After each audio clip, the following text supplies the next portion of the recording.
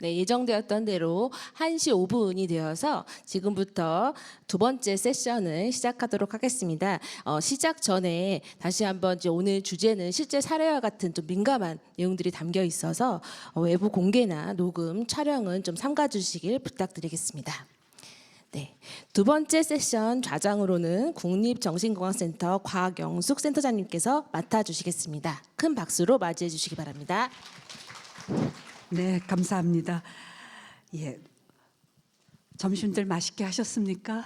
네, 저희가 오후 세션은 식후라 조금 졸리우실 수가 있어서 가장 도움이 되고 생생하고 흥미로운 주제들을 선택했습니다. 네, 임상 기반 청소년 자살 개입 세션이 되겠습니다. 예, 우리 황 선생님 기다리고 계셨어요. 네, 두 번째 현재 병원 위센터라는 아주 특수한 세팅. 네, 우리나라에 사실 몇 군데 안 되죠. 굉장히 실험적으로 지금 하고 계시는데요. 네, 병원 위센터 모델 소개해 주시겠습니다. 황준원 선생님은 서울대에서 학석 박사 마치셨고요. 네, 서울대학에서 임상 조교수까지 하셨고, 현재 강원의대 교수로 계시면서 강원도 광역정신건강복지센터장, 자살예방센터장 같이 하고 계십니다. 그리고 강원대병원 위센터장, 인권센터장, 발달장애 센터장이 한 6개쯤 되시네요. 그러니까 강원 지역에서 굉장히 많은 힘든 일을 맡고 계십니다. 선생님 부탁드립니다. 네. 예, 우스갯소리로 제가 혼자서 인권센터장이랑 병원위센터장이랑 발달센터장이랑 자살예방센터장 사례회의 결과 이렇다고 요새 얘기를 하는데 이거 여담이고 동영상 한번 틀어주시겠습니까? 네. 경남교육청이 내년에 도입하는 학생 정신건강 거점센터. 전문의가 정서행동 위기 학생에게 직접 개입한 뒤 의료기관과 연계하는 방식인데요. 정식 운영에 앞서 필요한 과제는 무엇인지 김소영 기자가 짚어봤습니다. 초등학생 아들을 키우는 학부모입니다. 유아 시절부터 자녀의 문제 행동이 잦았지만 수년 동안의 상담과 놀이치료에도 뚜렷한 효과는 없었습니다. 칼을 든 적도 있었고 제재하는 과정에서 애가 자기가 경찰에 신고한 적도 있어요. 하지만 주의력 결핍 과잉 행동 장애, 즉 ADHD 진단을 받고 약물 치료와 입원 치료를 받은 뒤 증상은 놀라울 만큼 호전됐습니다. 감정을 참으려고 하는 게 좀 제 눈에는 보여요. 그런 것들을 병원에서도 병원 선생님이 알려줬다 하더라고요. 이 같은 정서행동 위기 학생을 위해 각 학교와 교육기관에서 위클래스와 위센터를 운영 중입니다. 하지만 의료 전문성이 없는 교사나 상담사를 위주로 사례 관리가 이뤄지다 보니 한계가 많았습니다. 경남교육청이 내년 2월부터 운영하는 학생 정신건강 거점센터는 정신과 전문의가 직접 개입한 뒤 의료기관과 연계하는 방식입니다. 질병으로 인한 자살이 증가하고 있기 때문에 우리 전문 상담사님들이 개입해서 처리하는 데는 사실상 어려움이 있었습니다. 그래서 의료진이 직접 개입하는. 하지만 충분한 치료 연계가 이뤄질지는 미지수입니다. 경남의 정신건강의학과 전문의는 220여 명, 특히 소아청소년 정신건강을 전문적으로 진료하는 전문의는 어림잡아 10여 명에 불과합니다. 병원에서 장기간 안정적인 치료를 받는 것도 쉽지 않습니다. 입원을 하게 됐을 때는 이 추석으로 인해 가지고 또 유급을 될까 우려가 되어서 치료가 되지 않은데 퇴원을 하는 그런 경우도 종종 있기도 합니다. 일부 지역에서는 학업과 치료를 병행할 수 있도록 병원형 위센터가 운영 중이지만 경남에는 한 곳도 없습니다. 안정적인 장기 입원 치료와 학습권 보장이 동시에 이루어지도록 하는 병원형 위센터 건립이 조속히 추진되어야 한다고 생각합니다. 정신질환의 조기 발견과 함께 턱없이 부족한 치료 인프라 확충이 시급합니다. KBS 뉴스 김소영입니다. 예, 발표 준비하려고 이것저것 찾아보니까 이 동영상이 제 눈에 띄어서 좀 소개드렸습니다. 여기 나온 기사들 다 동의하십니까? 예.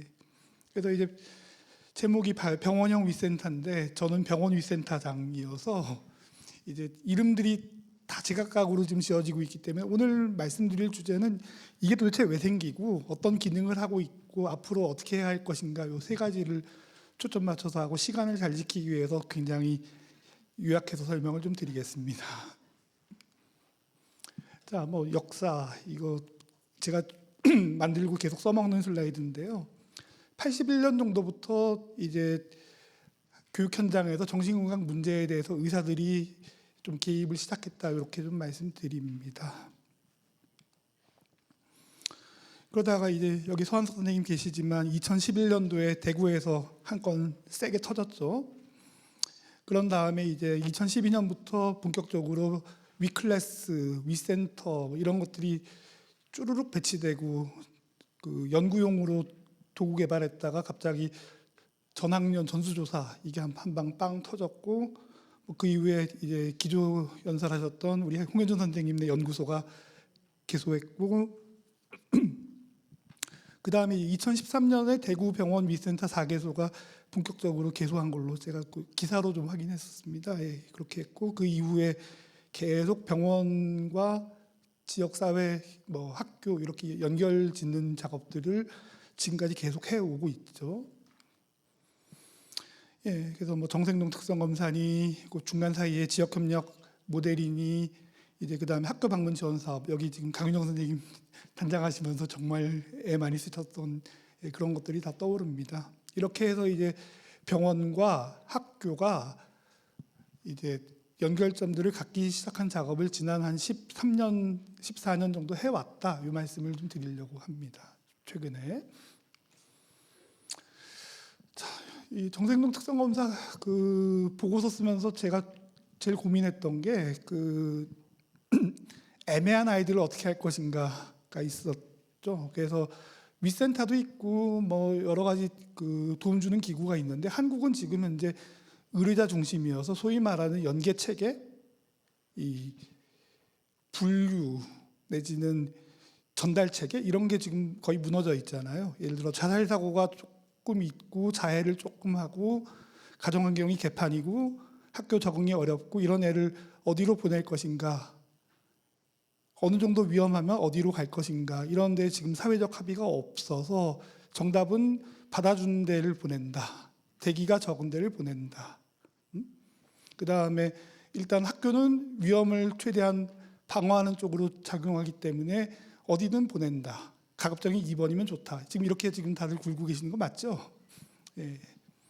근데 이제 병원 위센터가 그러면 뭘 해야 될까 하고 생각해 보면은 이제 결국은 고위험군 관리가 학교 방문 지원 사업단뿐만 아니라 위센터에서도 주로 되기 때문에 이게 이제 미국에서 최근에 얘기하고 있는 개념이에요. 사실 개념은 저희가 먼저 세웠는데 미국은 정리했더라고요.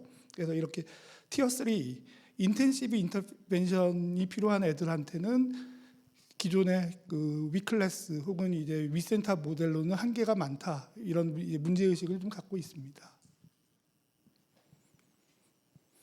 이게 이제 그 홍현주 선생님과 강윤영 선생님께서 이제 그 영혼을 갈아 넣으셨던 그 학교 방문 지원 사업의 모체가 되는 리치 사업이라고 있었죠. 싱가포르에서 했던 사업으로 기억하고 있습니다. 그래서 이제 반응해서 일찍 조기 개입을 하고 뭐 이에 대해서 평가하자. 이게 이 학교 방문 지원 사업의 모체가 되는 근거인데 이게 싱가포르에서 작은 지역에서 애들이 문제가 보고되면 전문가들이 가서 프로페셔널이 가서 얘에 대해서 평가를 내리고 그 이후에 이제 솔루션 회의를 만들어서 애들에게 솔루션 전달하고 이랬던 것들이 이제 학교 방문 사업의 기본 모델로 이렇게 있었고요. 그래서 기존 위 서비스 네트워크를 잘 보시면은 여기에 병의원이 잘 안 보입니다. 그 다음에 이게 제일 최근에 홈페이지에서 긁어 온 건데 여기도 아직 병원위센터 이런 모델은 좀 빠져 있어요. 그래서 이게 상담 내지는 사회복지 쪽 네트워킹인데 정말 위험한 사람에게 어떻게 백업 플랜을 만들고 할 것인가가 이 논의 과정에서 생략됐거나 각자 알아서 개인기로 하시는구나 이렇게 생각을 하게 됩니다. 예, 그래서 이제 이렇게 해서 처음에는 요 사업 정신건강 전문가 학교 방문 사업이 처음 생기고 태동할 때 누구를 대상으로 할 것인가 갖고 저희끼리 격렬하게 토론했던 기억이 있는데 그 위센터 쪽 당시 주장은 아마 정행특 우선관리군, 뭐 관심군 이런 쪽은 당해년도에는 우리가 담당해야 된다라고 용감하게 나서 주셨더라고요. 그래서 그래 그러면 미연계 혹은 그 당해년도가 아닌 학생들의 경우에 개입하겠다라고 서로 약간 역할 분담을 조금 했던 기억이 납니다. 예, 그래서 결국은 전문가가 방문해서 평가하고 전문의 주제 사례회의 통해서 방향 설정하고 자문교육, 서비스 연계 이런 것들이 이제 기본적인 모듈이었죠. 예, 뭐 이렇게 해왔습니다. 이게 정신건강 전문가 학교 방문 사업의 유체가 되는데 이게 조금 더 한 단계 업그레이드, 좀 확장을 한 부분이 바로 병원 위센터에 해당이 된다고 그렇게 좀 말씀드리고 싶습니다. 여기까지가 제가 할 얘기 거의 다 끝났어요, 이제. 자, 그래서 지금 이 사업이 굉장히 호응이 좋아서 지금도 이게 학교 정신건강지원센터 홈페이지에 게시되어 있는 이 사업단 모델입니다. 그래서 교육부 산하, 교육환경보건 산하, 학생건강지원센터 산하, 정신건강 전문가 학교 지원 숨막혀. 예, 그렇게 있습니다.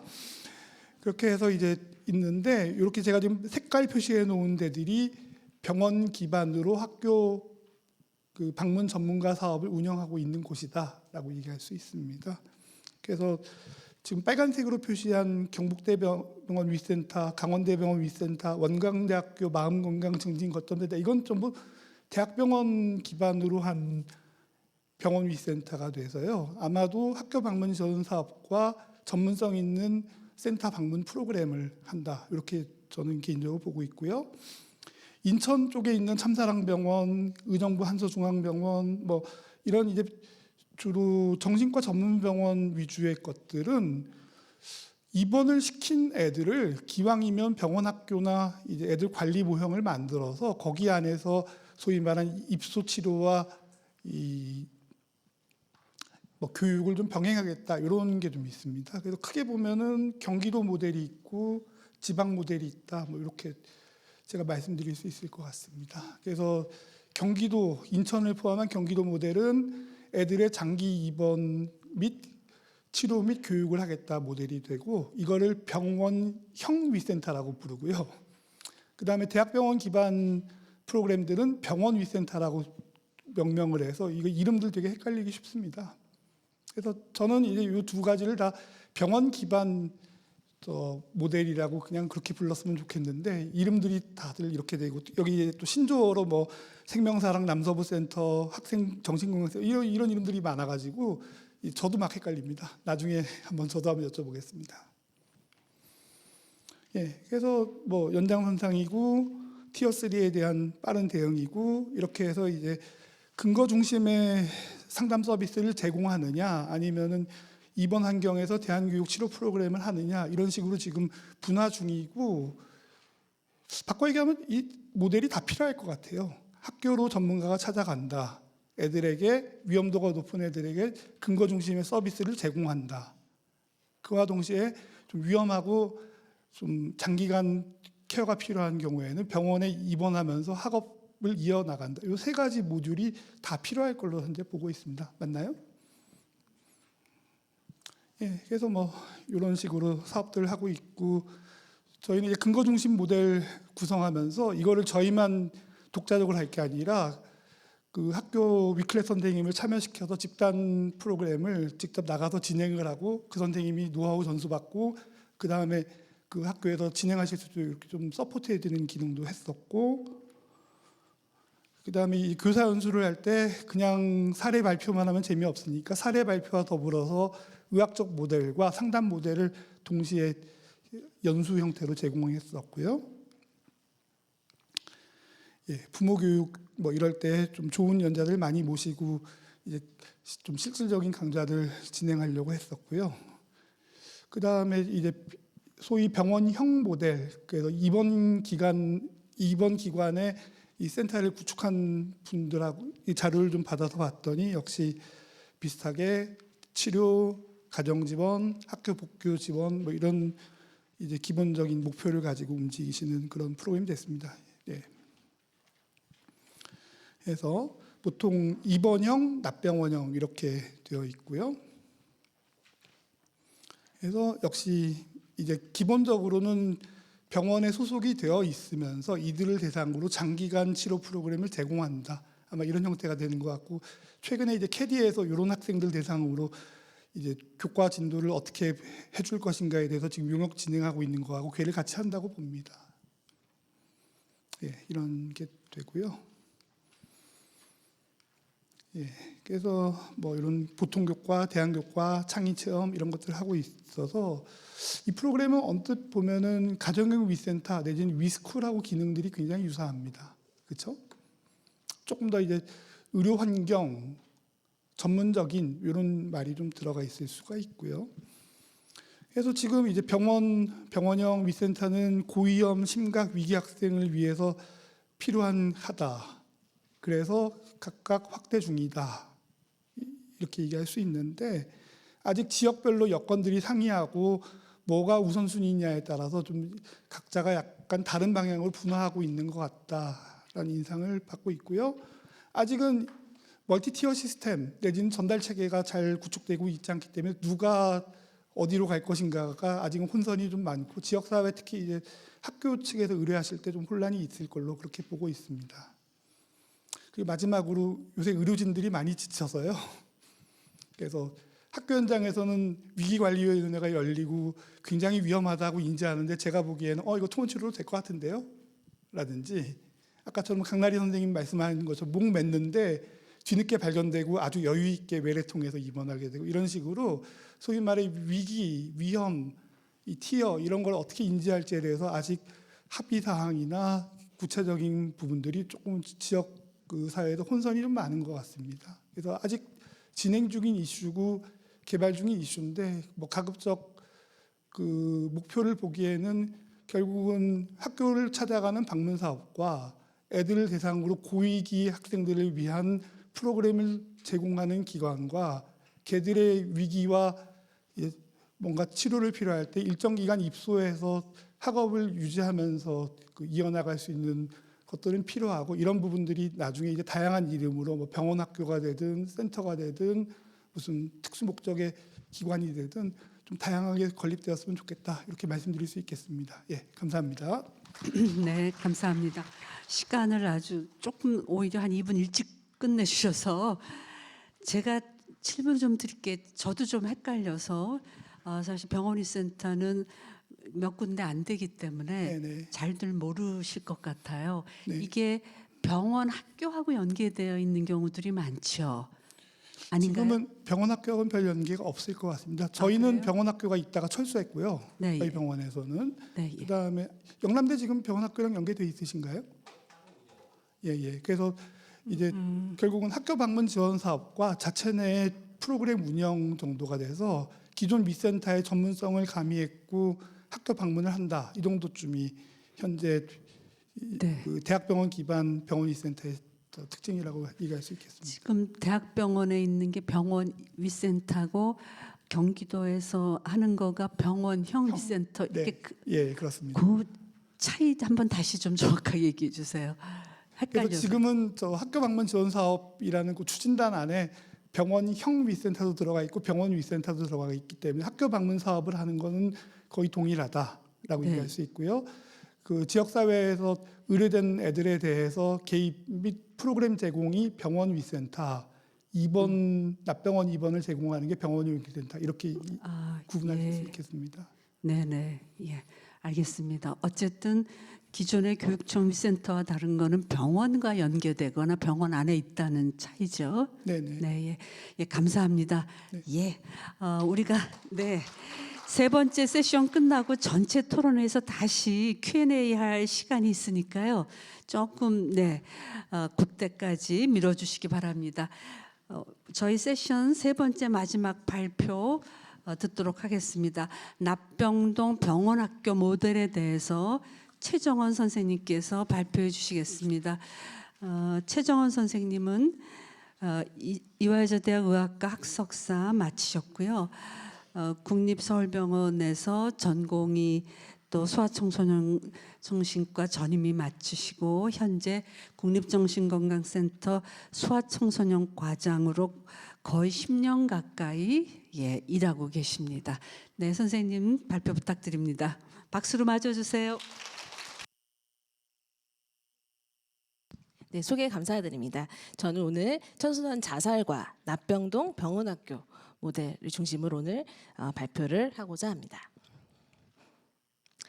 네, 제가 이 발표를 준비하면서 사실 이제 제목도 납병동이라고 이제 먼저 제가 정의를 해놓고 이제 관련된 이제 강의를 또 준비하다 보니 그리고 또 서치를 하다 보니 최근에는 이 데이하스피탈 납병동만큼이나 파셜 호스피탈라이제이션 부분 입원의 개념으로 많이 굉장히 공통적인 개념을 담고 있기 때문에 많이 이 단어가 언급이 되고 있더라고요. 특히 최근에는 이 부분 입원 쪽으로 더 많은 그런 아티클들이 나오고 있는 것으로 좀 확인이 되었습니다. 이 두 개념은 이제 거의 유사한 개념인데요. 공통점은 이제 입원 치료와 외래 치료의 중간 수준의 치료. 그리고 환자는 병원에 하루 중 일정 시간 동안 머물며 집중적인 치료를 받고 저녁에는 귀가를 한다는 이런 공통적인 개념을 가지고 있습니다. 하지만 좀 일부 차이점이 있어서 오늘 잠깐 짚고 넘어가고자 합니다. 데이하스피탈은 역사를 보시면 유럽의 정신의학 전통에서 비롯됐고 리해빌리테이션 오리엔티드 그렇기 때문에 사회적 재적응 중심을 재적응을 목표로 하는 그런 세팅이 되겠습니다. 그래서 환자군도 장기적 기능 저하나 만성적 증상, 행동 장애 이쪽이고요. 그리고 하루에 4에서 8시간 주 5일 다학제 팀이 의사, 간호사, 심리치료사, 사회복지사, 교사 등이 참여하는 이런 모델이고 치료 철학은 치유적 공동체 개념을 기반으로 관계와 그리고 환경의 재구성에 초점을 맞추는 개념입니다. 그래서 핵심적인 치료는 집단 치료, 가족 치료, 학교 연계 이런 부분이 되고 보통 입원 기간은 좀 장기입니다. 수주에서 수개월. 최근에 이제 많이 언급되는 부분 입원 같은 경우에는 이제 미국에서 보험 및 제도적 분류를 위해 사용된 용어이고 메디칼 그리고 크라이시스 오리엔티드 그리고 풀 호스피탈라이제이션 이제 아마도 보병동 입원이 되겠죠. 24시간 케어를 하는 그런 풀 호스피탈라이제이션의 대체 치료적 성격이 더 강하다고 할 수 있겠습니다. 그래서 치료의 목적도 이제 급성 증상 완화 쪽이 되겠고요. 환자군도 급성기 우울, 불안, 자해 위험, 급성 정신증 등이 되겠습니다. 그래서 의료진 중심의 의학적 모니터링과 약물 조정이 더 강조되는 개념. 그리고 이제 핵심 치료는 그렇기 때문에 약물 조정, 문제 해결, 그리고 갈등 조절, 그리고 단기전 안전 확보에 더 의미를 두고요. 입원 기간은 조금 더 상대적으로 짧습니다. 수일에서 수주 정도. 하지만 이 두 모델은 차이점보다는 일종의 연속성 상에 있다고 볼 수 있겠고요. 대상과 목표에 따라서 조정될 수 있다. 이렇게 이해하시면 더 좋을 것 같습니다. 네, 그래서 자살 사고, 자살 시도 청소년에게서 납병동 입원의 적응증을 좀 살펴보도록 하겠습니다. 이제 오늘 강날 선생님께도 말씀드렸지만 보통 자살 시도라고 하면 정신과적 응급 상황이고 우리는 24시간 케어하는 이제 보호병동 입원을 떠올리실 겁니다. 실제로도 일자적 적응증은 보호병동 입원이 맞습니다. 하지만 이제 자살 사고 시도를 했던 청소년의 위기가 안정화되었거나 또 조절 가능한 수준의 환자가 되었을 때 이들을 위한 치료 환경이 납병동이라고 생각하시면 되겠고요. 즉 급성 자살 위험에서 완화된 후에 어떤 스텝 다운 케어로 적절하다고 생각하시면 되겠습니다.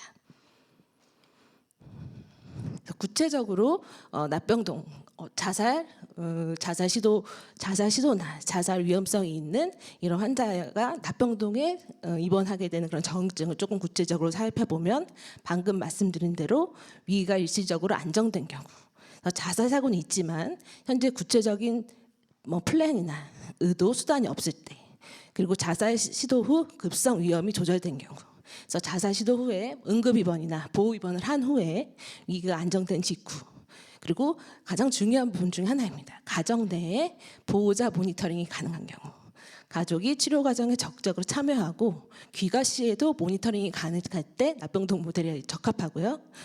NSSI나 충동 조절 문제가 주요 문제인 경우 이런 경우에는 정서 조절이나 대인관계의 갈등이 중요 이슈가 돼서 특히 심리사회적 치료를 장기간 받는 것이 효과적입니다. 그리고 뭐 자살 시도 이후에 학교나 생활로 바로 복귀가 어려운 경우에 납봉동 모델을 사용할 수가 있고요. 그리고 약물 조정이 필요하지만 24시간 모니터까지는 불필요할 때, 이럴 때 또 납병동 입원이 적합하다고 할 수 있겠습니다. 네, 그래서 미국 소아청소년 정신의학회에서 2001년에 발표된 Suicidal Patient에 대해서 그 레벨 오브 케어를 정리한 그 표가 되겠습니다. 그래서 인페이션트, 즉 그 풀 호스피탈라이제이션 같은 경우에는 지속적인 자살 의지가 있고 급성 불안정한 상태, 그리고 보호자의 보호가 불가시, 그리고 파셜 호스피탈라이제이션은 위기 후 안정화 시기, 그리고 보호자가 감독이 가능할 때 납병동이 적합하고요. 마지막으로 외래는 자살 충동이 조절 가능해졌을 때, 그리고 지지 체계가 충분했을 때는 외래 추적 치료가 가능하다. 이렇게 구분을 하고 있습니다. 그래서 이제 관련한 그 납병동 관련한 이제 연구들을 조금 서치를 해보고 흥미있는 그 연구가 있어서 여러분께 좀 소개를 드리고자 합니다. 그러니까 과연 자살 시도, 그러니까 suicidal patient한테 오버나이트 케어가 필수적이냐에 대한 어떤 의문을 던진 그런 연구가 되겠고요.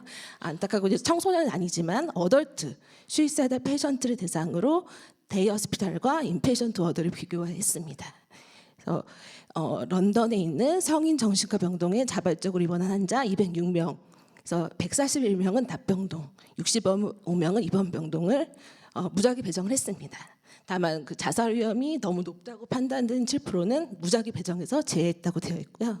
그 BPRS를 사용해서 자살 항목 정수가 4점 이상이면 자살 위험이 높다고 해서 분류를 했습니다. 그래서 입원, 퇴원 3개월, 그리고 12개월 후 재입원 기록, 자살 사건 등을 추적을 했습니다. 그래서 치료 내용은 납병동의 어떤 구조화된 치료들, 입원 병동의 아주 표준적 입원 치료를 한 것으로 되어 있습니다. 그래서 두 그룹 모두 증상의 개선이 있었지만 입원 당시 자살 사고가 높았던 환자들은 납병동에서 더 큰 증상 감소를 보인 것으로 되어 있고요. 이 차이는 퇴원 시점에선 유의했지만 3개월 및 12개월 그 추적에서는 통계적으로는 유의하지 않았습니다.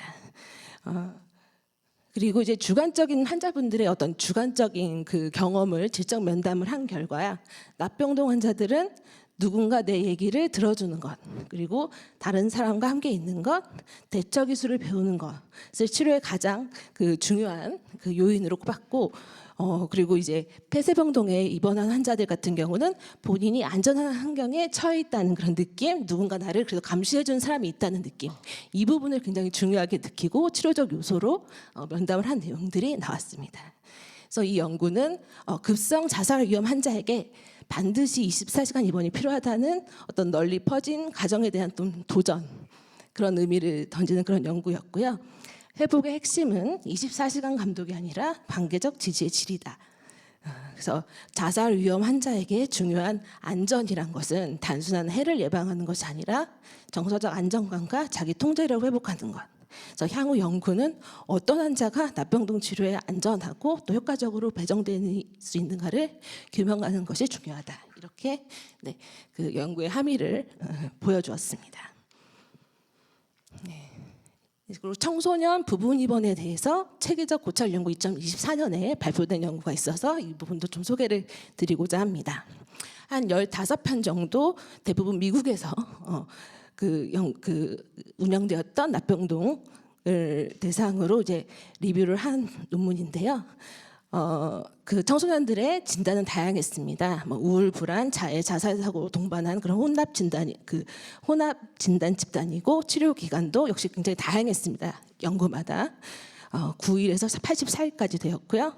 치료 내용은 개인 치료, 가족 치료, 집단 치료 이런 부분들을 했고 약물 관리를 하고 간호를 하고 그리고 학업 지원, 병원 학교 형태의 학업을 지원이 같이 들어가는 그런 부분 입원 체계였고요. 주요 결과를 보면 전반적으로 모든 연구에서 입퇴원 그 사이에 그러니까 그 정신 증상 및 기능이 유의하게 개선되는 결과가 나왔습니다. 그래서 그 평균 입원 기간은 3에서 8주 동안 우울이나 불안, 자살 사고 지표가 감소했고 또 사회적 적응이나 학교 복귀율이 모두 상승하는 것으로 나왔습니다. 특히 이제 자살 사고나 자해 감소 이런 부분들이 확실히 감소가 빈도가 감소되는 것이 나왔고 특히 DBT 기반으로 이 파셜 허스피탈라이제이션을 했을 때 자살 사고가 유의하게 줄어드는 부분들이 나왔습니다. 그래서 뭐 임상 증상뿐만 아니라 청소년들이 사회적 기능, 학교 출석이라던가 가정 관계가 유의하게 개선이 되었고 이 부분은 특히 가족 치료에 참여도가 높을수록 퇴원 후 적응 유지 가능성이 상승하는 것으로 나왔습니다. 이제 다만 안타까운 점은 이제 이 연구들이 장기 추적 결과가 없었다는 점입니다. 그래서 딱 한 개만 3개월 후에 추적 자료가 있었고 이제 6개월 이상 추적된 연구는 없어서 장기 효과에 대한 검증이 좀 필요하다 이런 메시지를 또 던졌습니다. 네, 그래서 이런 대부분의 이제 파사 호스피탈라이제이션의 치료 구조의 공통점을 말씀드리면 주 20시간 이상 그리고 다학제 팀이 팀 접근을 하고 그리고 치료 구성은 개인, 가족, 집단 심리치료와 약물 관리, 간호 그리고 병원 학교와 같은 학업 지원이 되고 치료 모델은 DBT나 CBT 등을 채택하고 있었고 가족 참여, 주 1에서 2회의 패밀리 세션이나 가족 교육 프로그램 그리고 학업 지원하는 형태가 같이 다 포함이 되어 있었습니다. 다만 이제 이 연구에서는 납병동 연구가 어렵다, 즉 납병원에 대해 효과에 대한 연구들이 많이 부족하고 그 이유는 여러 가지, 대조군 설정이 윤리적으로 좀 불가능한 부분, 그리고 기관마다 이질성이 너무 커서 좀 효과를 판단하기 어려운 부분들이 있었고 또 측정 도구의 표준화가 부재한 부분, 그리고 무엇보다 임상과의 딜레마를 좀 자세하게 기술해서 제가 공감이 많이 됐던 부분이 있었습니다. 그래서 저도 폐쇄병동도 운영하고 있고 납병동도 운영하고 있기 때문에 어떤 환자를 납병동으로 보낼 것이냐에 대한 고민들이 되게 많거든요. 그래서 이 부분은 임상가라면 누구나 이제 부딪히는 그런 어려움이다. 그래서 당연히 이제 이 환자가 자살할 수도 있기 때문에 위험 관리를 해야 되는 부분들이 매우 중요하고 1차적으로 중요하고, 하지만 아이가 발달적인 관점에서 이 아이의 그런 환경들, 이 아이가 커오던 환경을 최대한 중단 없이 연속성 있게 키워나가는 부분도 되게 중요하기 때문에 이 부분을 고려해야 된다. 그래서 얼마나 위험하면 입원이고 또 어느 정도면 납병동인가에 대한 명확한 기준이 부재한 부분이, 그러니까 제가 아까 계속 말씀을 드렸잖아요. 아큐트 크라이시스가 지나가면 되는데 그걸 어떻게 판단할 수 있는가인 거죠. 네. 그리고 앞에서 말씀드렸지만 납병동에 대한 아직 근거나 이런 연구 결과들이 많이 부족한 부분도 임상가 입장에서 좀 고민하게 되는 그런 부분이다. 그래서 결국 임상가마다 자신의 경험, 그리고 환자랑 면담을 하면서 이제 느낀 어떤 직관 이런 것들을 다 포함해서 판단을 하게 되는 것 같고요. 이 부분에 대한 적응증들은 앞으로도 계속 연구, 논의들을 통해서 정립이 되어야 될 부분이라고 생각합니다. 그래서 오늘 이제 마지막 슬라이드인데요. 청소년 납병동의 가치와 과제. 그래서 자살차고 청소년 치료의 핵심은 단순히 어떤 물리적인 안전한 환경을 구축하는 걸 넘어서 정서적 지지와 이 아이들의 어떤 살아가는 기술 그리고 가족 연계 이런 부분들이 다 통합적으로 진행이 되는 것이 가장 중요하고 납병동은 단기의 위기 안정 후에 기능 회복을 촉진하는 중간 레벨 케어로 위치해야 된다. 그래서 임상과의 딜레마를 잘 해결해야 된다. 이런 내용이 되겠습니다. 그리고 앞으로 납병원에 대한 다양한 연구들이 또 필요하다고 보여지고요. 마지막으로 납병동은 자살 위험을 없애는 곳이 아니라 위험을 함께 견디며, 전 여기 견디며의 어떤 치료적 효과가 있다고 생각합니다. 그래서 견디면서 회복을 배우는 곳이다로 정의하면서 강의를 마치고자 합니다. 네, 감사합니다. 감사합니다. 네, 선생님이 얼마나 힘들게 견디고 계시는지를 느끼실 수 있으셨죠? 예. 사실은 제가 부임한 이후에 제가 청소년 납병원을 하라고 하는 원흉입니다. 저희는 병원 학교를 사실 갖고 있습니다. 그러니까 사실 청소년 납병원 형태는 외국에서는 거의 병원 학교 형태죠. 근데 저희 나라에는 얼마 안 되고 또 이렇게 병원 세팅의 학교가 있으면서 납병원 하는 경우도 사실 많이 드뭅니다. 그래서 선생님이 이렇게 열심히 에비던스 네, 치료하기 위해서는 뭔가 객관적, 과학적 근거가 필요하니까 리뷰도 많이 하셔서 저희 공부시켜 주셨고요. 네, 그러신 것 같습니다. 네, 결론적으로는 어쨌든 마지막에 아주 멋진 말로 마무리를 해주셨는데 세팅은 다양할수록 좋습니다.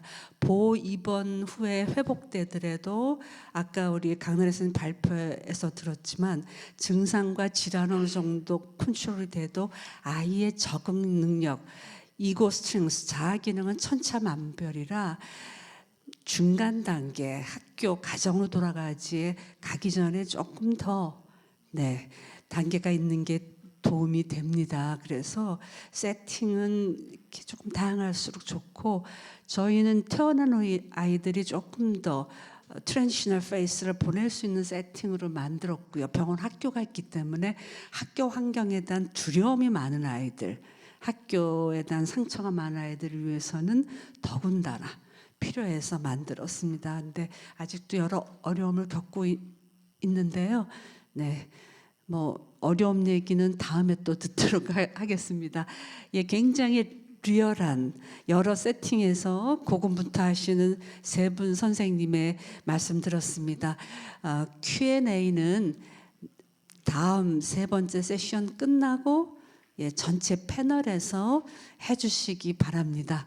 예, 끝내겠습니다. 감사합니다.